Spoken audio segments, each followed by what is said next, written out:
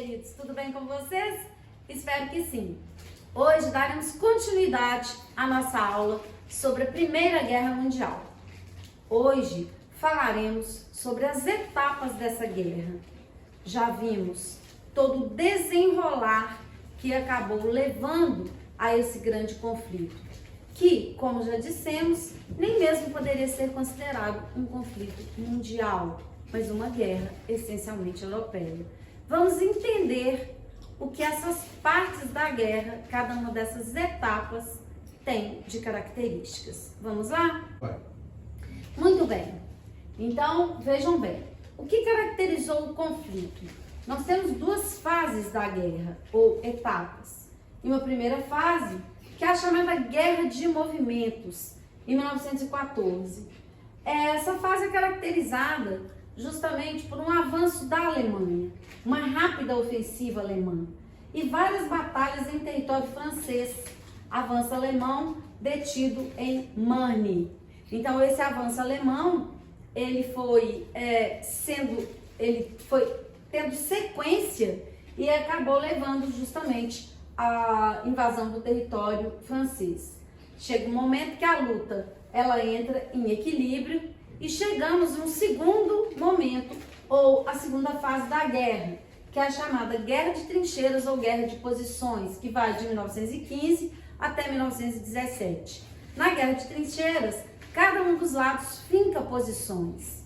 E é uma guerra de trincheiras justamente porque esses buracos eles eram cavados no chão e os soldados ficavam dentro desses buracos e mantinham a sua posição. Então, a garantia do domínio evita o avanço inimigo. E, nesse momento, temos aí novas armas como avião e submarino.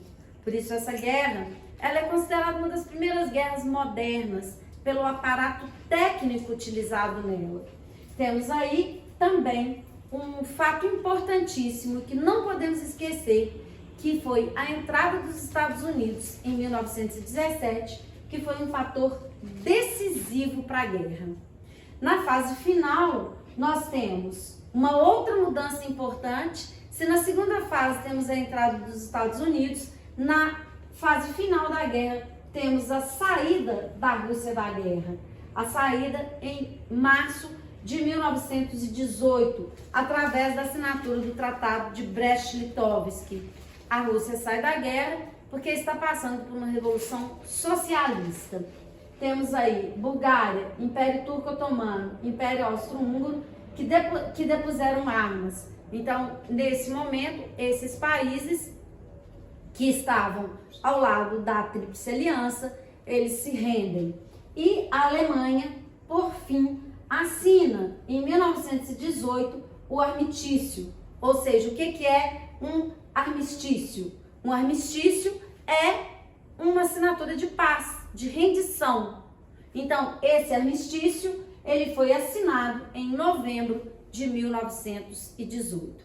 Vamos ver a seguir algumas imagens bem representativas dessa guerra, algumas inovações tecnológicas que foram fundamentais no desenrolar do conflito. Vamos ver? Bem, pessoal, então temos aí a primeira inovação bélica, que é o submarino. O submarino, a capacidade de ataque desses submarinos, ela provocou uma corrida por parte dos países para criar armas que pudessem destruir esses submarinos. A guerra naval também vai ter inovações. Os alemães, que não quiseram competir com o domínio britânico no mar, construíram, em vez disso, submarinos chamados de U-Boat, abreviação de Underboat, em grande escala desde o início do conflito. Em 1915, dispunham de 15 submarinos. 2 anos depois, em 1917, já eram 150. No total, foram usados 350 submarinos. Temos também uma outra inovação bélica, os aviões de combate. Pela primeira vez, um avião ele seria utilizado em combates. E uma curiosidade aí é que esses mesmos aviões foram usados aqui no Brasil para combater a Guerra de Contestado. Ou seja, essas inovações elas chegariam aqui no Brasil justamente para matar e reprimir movimentos populares. Temos aí, com o uso dos aviões, a guerra passou a ser combatida também pelo ar.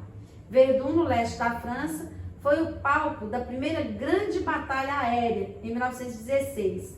Se a Grande Guerra foi uma batalha terrestre por excelência, pôs em primeiro plano um conceito estratégico que se consolidou nos conflitos posteriores do século XX. O domínio do céu como uma condição indispensável para toda ação de envergadura em terra, escreveu o historiador francês Jean-Yves Lenoir em seu livro Dicionário da Grande Guerra. Então temos aí, como já dissemos, né, a guerra no mar e a guerra no ar. Então essas inovações, elas acabaram contribuindo para que essa guerra tivesse uma proporção ainda de maior, qual que seria a palavra? De maior catástrofe e impacto do ponto de vista de destruição. Temos aí também, e representativo dessa parte de inovação aérea, a criação do Barão Vermelho na Alemanha, tão famoso que deu origem até à banda de rock no Brasil, né? O Barão Vermelho, eu adoro. Então, o Barão Vermelho, ele foi um piloto de caça alemão na Primeira Guerra e é considerado ainda hoje como o as dos ases. Servindo no braço aéreo do Exército Imperial Alemão, ele foi um líder militar e como piloto se tornou um as da aviação, obtendo o maior número de vitórias, 80, de um único piloto durante a Primeira Guerra Mundial. Então, destaque aí para as inovações e para os militares que se destacaram nessa grande catástrofe mundial. Uma outra inovação, os tanques. Esses tanques, eles apresentam uma mudança no maquinário militar. Os britânicos, eles testaram um veículo blindado que se movimentava por meio de esteiras já em 1914 para acompanhar a infantaria. Em 16, na Batalha de Somme, foi utilizado pela primeira vez para combater, mas com resultado pouco convincente. Então, toda essa tecnologia utilizada, ela ainda é uma tecnologia muito rudimentar. A sofisticação de todos esses meios, ela ocorreria justamente com a Segunda Guerra Mundial. Bem, mas apesar disso, o que temos que considerar, apesar de que o resultado ele é pouco convincente na Primeira Guerra Mundial, né? Porque, como eu disse, na Segunda você tem uma maior sofisticação de todas essas inovações, mas a gente deve imaginar que esses tanques, em uma guerra que teve início com cavalos, eles tinham um impacto muito grande sobre os soldados, porque esses tanques passavam sobre as trincheiras. Então foi justamente o momento em que a guerra de trincheiras ela deixa de funcionar e os lados eles têm que se movimentar para, de fato, saber quem venceria a guerra. Temos também uma outra inovação, que são os gases tóxicos. O uso desses gases mortais ele teve início durante os conflitos da Primeira Guerra e aceleram a produção de armas químicas e biológicas que está aí até hoje, né? Hoje a gente fala muito em guerra química e em guerra biológica. Hoje uma guerra de trincheiras, ela parece impossível, embora em alguns lugares do mundo a gente ainda tenha guerras muito rudimentares, como é o caso da Síria. Não pretendemos aqui descrever nem falar sobre a Síria, mas imaginamos uma guerra com um primitivismo em pleno século XXI, como a guerra da Síria. A guerra acabou com qualquer iniciativa para regular os armamentos. A inovação mais aterradora, os gases tóxicos utilizados pela primeira vez pelos alemães, afetou profundamente as pessoas em termos de intoxicação e, como já disse, a questão da evolução da utilização dessas armas químicas e biológicas e como que ela seria utilizada, um outro exemplo, na Guerra do Vietnã, na Guerra da Coreia, o chamado Agente Laranja, pesquisem mais sobre isso. A gente vai ver isso quando a gente tiver em conteúdos mais à frente. Mas é importante a gente lembrar como que isso ainda tem impacto e como ainda não, como hoje mais do que nunca, essa guerra química e biológica, ela impacta a humanidade. Bem, a metralhadora, né? Todo filme que você já assistiu sobre a Primeira Guerra Mundial, com certeza, né? A estrela do filme é a metralhadora. Elas eram devastadoras. Foi criado pelo americano Hiram Maxim, sendo considerada uma das invenções mais importantes do século XX. Ela também foi fundida com outras duas armas, com o canhão e com o rifle. De fato, uma arma muito importante na Primeira Guerra Mundial. E, obviamente, utilizada até hoje. Aí temos o automóvel, né? A importância que o automóvel ele adquire, principalmente porque a gente está falando aí de todo o processo da Revolução Industrial e com o desenvolvimento da indústria automobilística, né? E temos aí uma outra imagem, um soldado se despedindo de sua amada antes de partir para uma batalha na estação de Vitória, em Londres, na Inglaterra. Uma cena muito explorada, principalmente nos filmes sobre a Primeira Guerra Mundial, né? Essa cena do soldado se despedindo da namorada. A maioria desses jovens que foram para a guerra nunca mais retornariam. Aqui temos uma imagem explicitando as trincheiras, né? Soldados alemães em uma trincheira em 1915. Eram as trincheiras mais bem organizadas, eram as dos alemães, e as menos organizadas eram as dos russos. É uma outra imagem que retrata as trincheiras. Essa imagem eles montou no árvore de Natal, no Natal que teve, Natal da Paz, que eles têm que falar isso. Essa imagem é uma imagem que ficou conhecida como Natal da Paz. Os soldados, eles estão construindo uma árvore de Natal e durante a noite de Natal eles estabeleceram uma breve paz, uma possibilidade de reconciliação com o inimigo, pelo menos durante algumas horas. Aí temos os soldados saindo das trincheiras para o ataque. Uma fotografia que mostra um soldado francês recolhendo o resto de colegas mortos.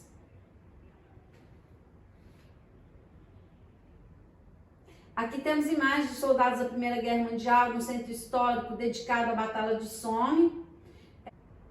Essa batalha, ela foi a batalha mais sangrenta da guerra, com mais de 1 milhão de baixas, incluindo ao redor de 400 mortos e desaparecidos no dia 1º de junho de 1916. Aqui temos as tropas norte-americanas na frente ocidental, em janeiro de 1917. Alemanha. Mas tá difícil, né? Não é. Meu bem. Do bloqueio marítimo britânico, intensificando a campanha de ataques de navios mercantes britânicos. Não tá aparecendo o final aqui, não. Cortado, tem que mexer nisso. Eu mexi, não ficou bom, não. Vai. Aqui temos uma imagem, eu coloco essa imagem aqui pelo seguinte, pessoal. A Revolução Russa ela ocorre dentro da Primeira Guerra Mundial. Isso é muito importante que vocês saibam, tá? E aí temos a imagem de Lenin, né, que foi o grande líder da Revolução Bolchevique de 1917, de outubro de 1917. Lenin dirige seus partidários em Moscou durante o primeiro aniversário da Revolução Bolchevique, em outubro de 1918. Em 1914 e 1917, a Rússia perdeu mais de 2 milhões de soldados e oficiais na frente oriental, onde suas forças mal equipadas são dizimadas pelas potências centrais. A impopularidade da guerra desata a revolução e a ascensão ao poder dos bolcheviques russos, ou seja, a guerra foi motivo fundamental do desencadeamento da Revolução Russa. Aqui temos, né, a assinatura do armistício entre os aliados e a Alemanha em 11 de novembro de 1918. é uma foto que retrata justamente a rendição alemã. E a assinatura do acordo de paz, né? Como já dissemos. Aí temos aí uma foto da Comemoração do fim da guerra, da Inglaterra. Da comemoração do fim da guerra pelos ingleses. Aqui algumas charges, não vou analisar, eu quero que vocês observem cada uma dessas charges com atenção, porque qualquer uma delas pode estar em uma prova de vestibular.